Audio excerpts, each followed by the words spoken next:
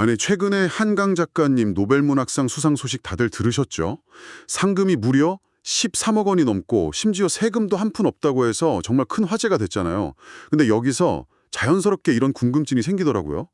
120년이 넘는 시간 동안 매년 이렇게 엄청난 상금을 주는데 도대체 그 돈은 어디서 나오는 걸까요? 뭐 마르지 않는 셈이라도 있는 건지. 네, 정말 흥미로운 질문이신데요. 그 비밀을 한번 파헤쳐 보려고요. 아, 그 비밀이요? 네, 어떻게 100년 넘게 상금을 주고도 기금이 줄기는커녕 오히려 몇 배로 불어났는지 그 놀라운 재테크 전략의 핵심을 한번 짚어보는 거죠. 아, 좋습니다. 상금의 출처를 파헤친다니 이거 약간 미스터리 소설 첫 장을 여는 기분인데요.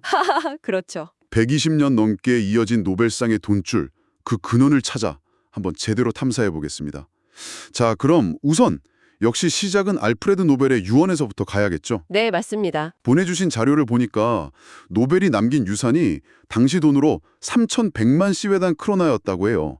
현재 가치로 환산한 금액이 나와 있는데 이게 약 2,300억 원이 넘는 어마어마한 거액입니다. 와, 2,300억 원이요? 네, 이 돈이 바로 노벨재단의 시드머니, 그러니까 모든 것의 시작점이 된 종잣돈이 셈입니다. 이야, 시작부터 규모가 다르네요.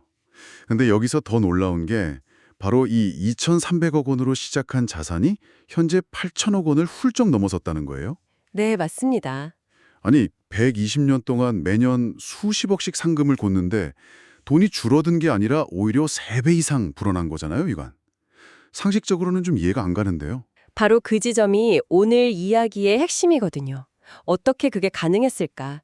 이 마법 같은 결과 뒤에는 아주 철저하게 계상된 몇 가지 원칙이 있었습니다. 자료들을 종합해보면 그 첫 번째 기둥은 노벨의 유언 자체에 담겨 있어요. 바로 원금 보전이라는 철칙이죠. 원금 보존이요? 그러니까 말 그대로 원금은 절대 안 건드린다, 뭐 이런 건가요? 정확합니다.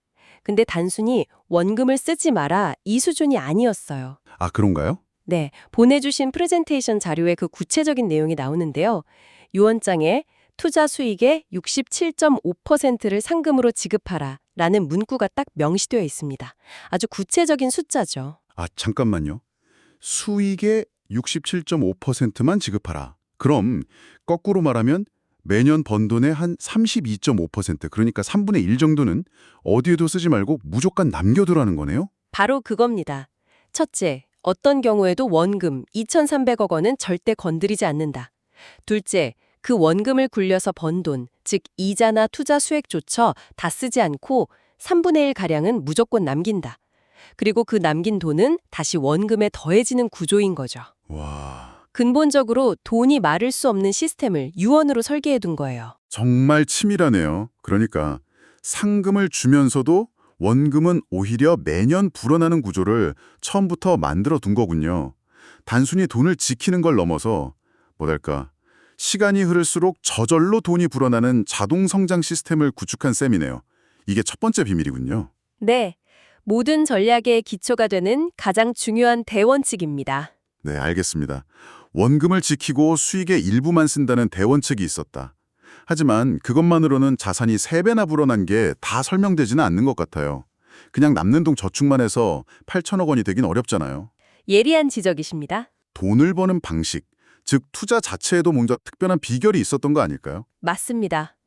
바로 그 지점에서 두 번째 비결, 시대에 맞춘 과감한 변화가 등장합니다. 처음 수십 년 동안 재단은 노벨의 유언 글자 그대로를 따라서 아주 안전한 자산, 주로 아, 채권 같은 거요? 네, 맞아요. 스웨덴 국채 같은 채권에만 투자했습니다. 원금을 잃을 위험이 거의 없는 가장 보수적인 방법이었죠. 근데 원금을 지키는 게 제일 중요했을 테니 당연한 선택 같은데 그게 왜 문제가 된 거죠? 시대가 변했기 때문입니다. 경제가 성장하고 물가가 오르기 시작하니까요. 안전한 채권 이자만으로는 상금의 실질적인 가치를 유지하고 기금을 불리기가 어려워진 겁니다. 물가 상승률을 투자 수익률이 못 따라가는 상황이 온 거죠. 그러다 결정적인 위기가 2012년 글로벌 금융위기 때 찾아옵니다. 아, 2012년이면 리먼 브러더스 사태 이후에 전 세계 경제가 막 휘청일 때군요. 맞습니다. 당시 투자 실적이 크게 악화되면서 재단이 아주 어려운 결정을 내려요. 자료에도 나와 있듯이 노벨상 상금을 기존 1,000만 크로나에서 800만 크로나로 20%나 삭감한 겁니다. 와, 상금을 줄이다니. 자산의 절반가량인 50%를 주식에, 20%를 채권에, 그리고 나머지 30%는 헤지펀드, 부동산, 사모펀드 같은 데에 분산 투자하고 있다고요? 이건 거의 전문 자선 운용사 수준의 포트폴리오인데요. 그렇습니다. 그 위기를 통해서 재단은 중요한 교훈을 얻은 겁니다. 원금을 안전하게 지키는 것만이 능사가 아니라 자산의 가치를 적격적으로 불려나가는 것이야말로 노벨의 유지를 영원히 이어나가는 진정한 길이라는 걸 깨달은 거죠. 근데 주식 비중을 50%까지 늘렸다는 건 엄청난 위험을 감수했다는 뜻이잖아요. 이거 원금 보전이라는 대원칙이랑 정면으로 충돌하는 것처럼 들리기도 하는데요. 재단 내부에서 반대는 없었을까요? 자칫 잘못하면 노벨의 유산을 다 날릴 수도 있었던 거 아니에요. 물론 그런 논쟁이 치열했습니다. 하지만 재단은 안전한 채권에 투자하라는 유언의 글자 그대로를 따르기보다 인류의 공헌한 이들을 위한 상을 영원히 지속시켜라는 유언의 더 큰 정신, 즉 본질을 지키기로 결정한 겁니다. 아, 본질을 지키기 위해 방법을 바꿨다? 네, 바로 그거죠. 단순히 돈을 지키는 소극적인 수비에서 계산된 위험을 감수하며 자산을 적극적으로 불리는 공격으로 전환한 겁니다. 이것이 바로 재단의 자산이 최근 수십 년간 폭발적으로 성장할 수 있었던 결정적인 변곡점이었습니다. 와, 그건 정말 대단한 결단이었네요. 헌법의 기본 정신은 지키되 시대에 맞게 하위 법률을 과감하게 개정하는 것처럼요. 원칙을 지키되 유연성을 잃지 않았다. 정말 현명합니다. 근데 한편으로는 이런 생각도 들어요.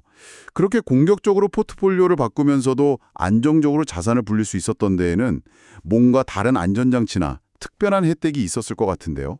정확히 보셨습니다. 여기서 세 번째 비밀의 조력자가 등장합니다. 조력자요? 네, 바로 스웨덴 정부의 세금 면제 혜택입니다. 스웨덴 정부는 노벨재단의 공익성을 인정해서 재단이 벌어들이는 모든 투자 수익에 대해 세금을 전혀 부과하지 않습니다. 세금이 전혀 없다고요? 와, 이건 정말 엄청난 혜택인데요. 예를 들어 1억 원 수익이 났다면 보통은 세금 떼고 남은 돈만 재투자해야 하는데 노벨재단은 1억 원 전체가 고스란히 다시 투자금으로 들어간다는 거잖아요. 이건 정말 불공평할 정도로 유리한 조건 아닙니까? 그렇죠. 일반적인 투자자랑은 출발선 자체가 다른 셈이죠. 수익 100% 전체를 온전히 재투자할 수 있다는 것, 이게 바로 네 번째 비밀과 아주 긴밀하게 연결됩니다. 아, 잠시만요. 그럼 세금을 안 내니까 수익 전체가 그대로 다시 투자된다는 거고, 그럼 매년 굴릴 수 있는 눈덩이가 처음부터 더 커지는 거네요? 이게 혹시 우리가 흔히 말하는 그 복리의 마법 아닌가요? 바로 그겁니다. 세금 면제는 복리 효과를 극대화하는 최고의 촉매제입니다. 복리를 쉽게 설명하면 이자에 이자가 붙는 눈덩이라고 생각하시면 되는데요. 네네. 만약 첫 해에 100원에서 10원의 이자가 붙으면 다음 해에는 원금 100원이 아니라 이자가 더해진 110원에 대한 이자가 붙는 식이죠.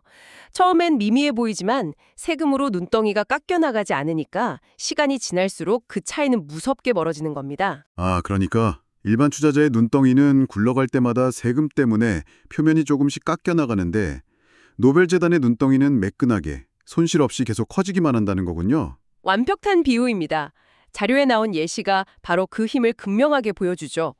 연 5% 수익률이라고 가정하고 100년간 복리 투자를 하면 원금이 무려 132배로 불어난다고 합니다.